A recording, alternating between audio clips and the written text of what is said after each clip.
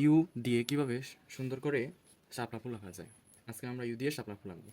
তোমরা এইভাবে ইউ বরাবর এরকম একটা ইউ লিখবে, তারপর এখান থেকে এইরকম সোজা দিবে, এভাবে দিবে,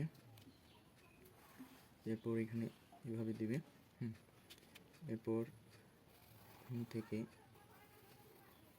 এইভাবে দিবে, এখান থেকে এবার এইভাবে দিবে, থেকে আবার এইভাবে দিবে, ঠিক আছে, এইভাবে দিয়ে দিবে, এরপর এইভাবে দিবে, এরপর এখানে এরকম একটা ছোট্ট দিয়ে দিবে, এইভাবে একটা ছোট্ট দিয়ে দিবে। ব্যাস হয়ে গেল শাপলা ফুল।